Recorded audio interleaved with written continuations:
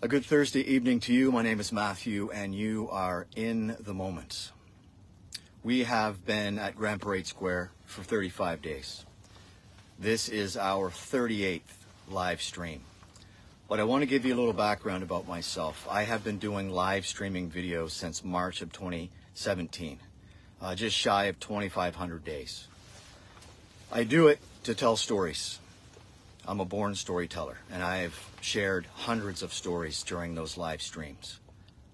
I have never been a part of a larger story than what's happening right now. And I am proud to continue to stand side by side with Stephen Wilsack as we continue this journey. So here we are, the 21st day of December. It's Thursday, it's 2023. We are literally hours away from the beginning of winter. Our presence here has allowed a discussion to begin at the table. Discussions that I believe that would not be happening if it wasn't for our presence here at Grand Parade Square and the support of so many people behind the scenes. We have a very successful GoFundMe. We have set many targets. The first target was 10,000. Then we had a target of 25,000, a target of 75,000. We're at 60,000 now. What I never thought would happen, that Stephen and I ourselves would become targets. So I just want to address the online rhetoric that's happening right now. It's dangerous, and it is putting Stephen and myself and those that are volunteering here on this property, you're putting us in a very dangerous situation. So I am personally asking you to stop the online rhetoric. We've been here 35 days, and I have been threatened more times in those 35 days than I have my entire life. I have been on the receiving end of unimaginable rage, illness, addiction, confusion, anger, but also laughter, compassion, tears, and hugs. So the trust that we have taken weeks to build up is slowly being torn apart. And again, the online rhetoric is putting us in peril. So I'm asking you to please stop. We had no idea what we started here would get this big. It's a national story. The spotlight is shining. Grand Parade Square, City Hall, Halifax, Nova Scotia. Our mission has never changed. We are raising awareness. We are doing what we can to get unhoused into shelters. Tents are not the answer. Blue tents, red tents, purple tents, a three-man tent, it doesn't matter. They are still in the elements. They will continue to have their belongings ruined day in and day out. They will continue to be sick because they are in the elements. 35 days we've been here, and we are not going anywhere. We are not pretending to be homeless. I have literally looked death in the face. Counseling, yes. I am certainly going to need that after this experience. So the insinuation that myself or Stephen are pretending to be homeless is insulting, it's unforgivable, and it's offensive. This is a movement for the people, by the people. We have always encouraged individuals in your own community to look after those in your own community. This is not an HRM problem. This is not a Nova Scotia problem. This is a Canadian-wide, this is a global crisis.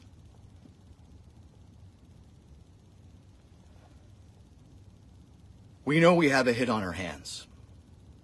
What we don't know is if it's made it through the infield. We're not even to first base yet.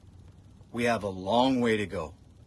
To our supporters and your unwavering support, I bless you, I thank you, thank you, thank you. And with that, I'm going to welcome Stephen Wilsack into the broadcast. Hey, Matt. I didn't realize you were going to go monologue on me. That was my little editorial. The beauty of what we do here. Hi, we're just on a broadcast. Come on back in 5 minutes. Thanks. This is our van. We literally are using this to broadcast because it's so cold out here. So, again, Matt, I didn't know that you were going to say that. I just saw some notes, and I'm glad that you said what you said. To that note, I will say that, again, thank you to our GoFundMe supporters. We will be doing an update the next couple of days to let people know where we're at in terms of our project, some of our ideas that we have, and then also we're hopefully crossing our fingers that there might be an announcement or two coming up. So we'll just kind of leave it at that. So we haven't broadcast for a couple of days. Again, each day allows us, in order to do what we do, we end up being in a situation where we're just a part of everything that's going on here, whether it's people dropping off donations, whether it's people wanting to chat with us, meeting the demands of our residents. We have one gentleman here banging at our doors, and we accommodate, and at the same time, if we can accommodate, we certainly make every effort in order to fulfill people's needs as much as we can. So what I will say is that this journey has been literally a journey of a lifetime, something that Matthew and I will continue to work on. The experience has been something that's touched our lives forever. So as we're moving forward, the last couple of days, they've been especially hard. And I say that because, how many days were you? 35? 35 days. 35 days. And there hasn't been a day that Matthew and I haven't been here, or we haven't stayed on the property. And we've literally put in 18, 20-hour days. 24-hour days. 24-hour days sometimes, and beyond, actually. And we've always been crying out to have supporters come spend some time with us, to volunteer, and people do stop by, and we appreciate that, an hour or two. But at the end of the day, this is Matthew and I doing this. And I saw a story just recently up in Quebec. They're doing a similar type of thing. They're setting up a bunch of tents. It's like 3 organizations that are doing it. They had staff of like 20 people. Like, this is Matthew and I on this journey together. We had no idea that we'd be spending this much time. We did not know that we'd be away from our families. And yet here we are. And we have Christmas coming up. So again, thank you, everyone. And we're fighting because we feel that our voice is being resonated. We feel that we are opening the eyes of the general public, citizens of Nova Scotia and different levels of government, that we really, really, really need help here. And I'll just leave it at that. The coverage of the press and all of that is wonderful, but the message is that we're getting out there, and I think that we're starting to make a difference. I just want to talk the last couple of quick days. I literally have to go through my photos, and I won't pop them up on the screen like I did the other day, but as you know, there was, I'll start off with kind of the overdose that took place here. I had a chance, we did training, and we got a lot of training on the Narcan kits, and we have lots of them here. Some of the tents have them. We're going to hand them out to other people as well, and I'll just leave it at that. Okay, I'm going to choke up on this one. Since I mentioned that, and so we get lots of groups that stop by here, and I had an amazing group from Nova Scotia Community College. They dropped off some donations. We spent amazing time together. In fact, we were in the halls of City Hall, literally in the hall of City Hall, And we had a chance to talk to one of the counselors, one of the residents' friends, alumni. Rick was there, and we had some real strong dialogue in terms of what's going on. And it was just, again, these kids came out of here and they were asking a lot of questions, and I was so moved by the questions and their interest, and thank you for coming down. I will show a picture of that one just because it's so freaking cool. That was them there, and they actually posted up on. I didn't cover your face this time, man. So we just bonded, and they're part of the whole movement. So that happened, but where I was going with it is that I'm doing this conversation, and there's this gentleman sitting off to the side and waiting, and some people just come down, they want to chat, so we chat. So they left, and then he said, hi. I said, hi, and he said, are you Stephen? I said, sure, this is Stephen. And he looked at me and says, I'm Bradley's dad. And this is his mother.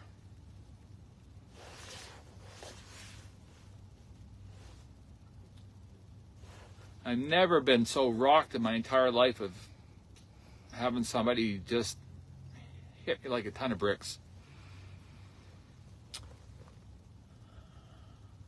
So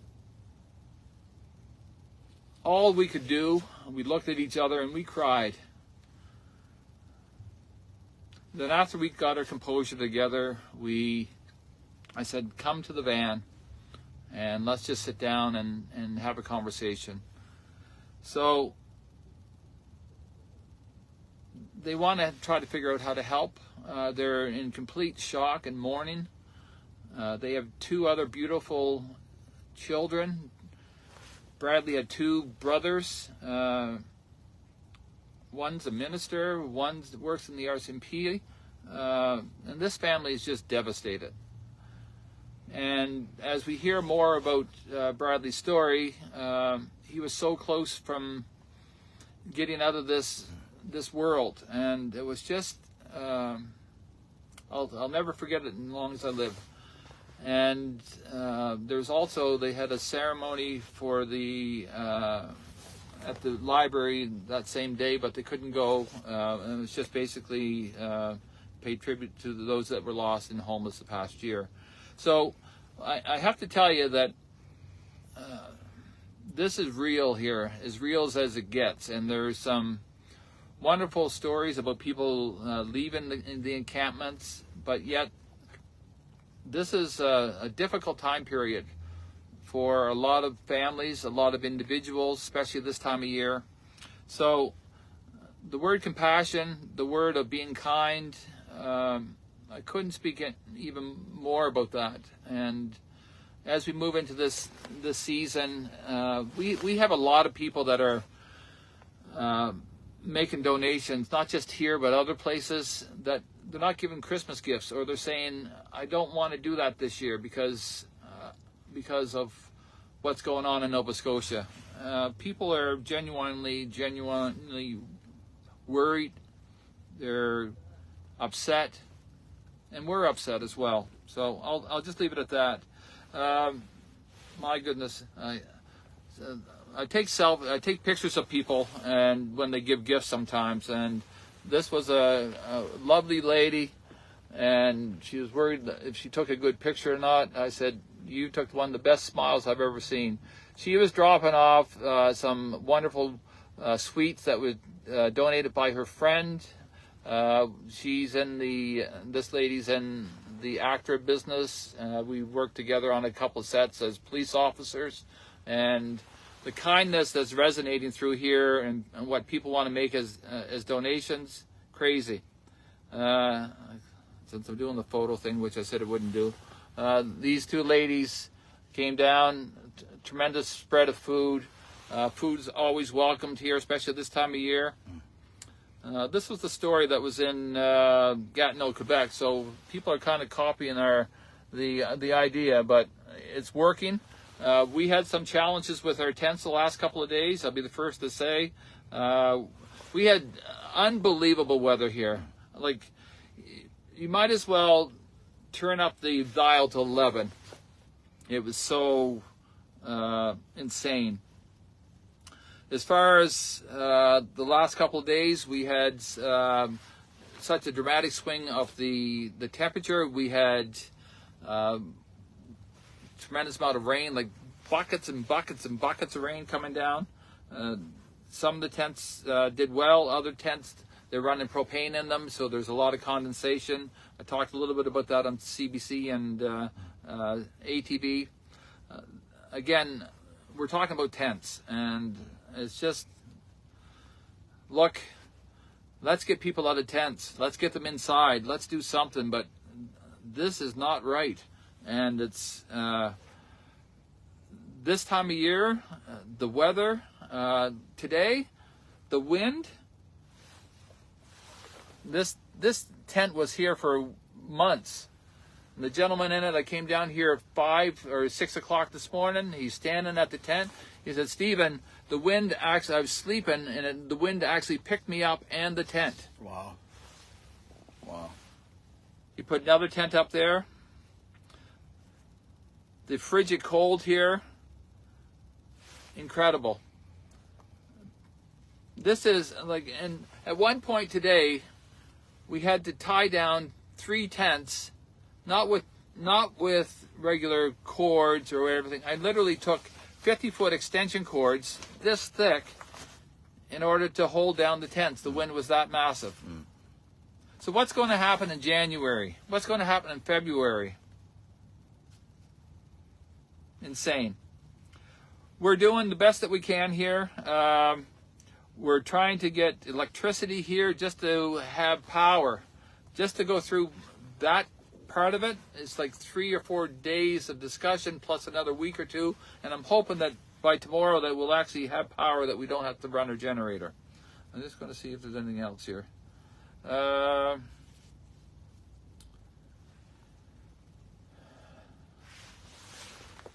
Please, let's figure this out. This is, we keep on saying inhumane, like it's like, why are we in this state? So somehow, if we come together, I keep on saying it, we got to come together, all of us, to figure this out. I'm hoping the next couple of days, somebody's going to be a catalyst in order to start saying, let's do something here. Time will tell. So Matthew and I are here. We're continuing to do the same mission that we've done from day one. If you go to our GoFundMe page, our mission has not changed. It spells out very clearly what we want to do here. We will do an update, and we will try to get some sleep. This is the holidays. This is a time for spending time with family. I don't know if we're going to be able to do that or not, but we're here. We have security on here to help protect the residents. We want to make this a safe environment for everybody. So as we're moving forward, we're going to move forward. So thank you, everyone. And we just take this moment to say, let's make things happen. Matthew? This is... I'm going to stick with you on this one. Okay, this is every day, every moment evolves into something new. This is the 38th live stream. So, like any good story, like any story, if you want to know the full picture, don't jump in at live stream 28 and try and figure out what's going on. I am encouraging you right now to go back to the very beginning, and you'll see the change in our demeanor. You'll see the change in how this Grand Parade Square looks. We have transformed it for the better. Is it the ideal solution? No, because there's still tents. We are working, and we will continue to work to get as many unhoused Nova Scotians into a permanent structure for the season and beyond. as we can, and we can only do it with your support. So for those, our supporters, unwavering supporters, I say thank you, thank you. And with that, you are caught up in the moment.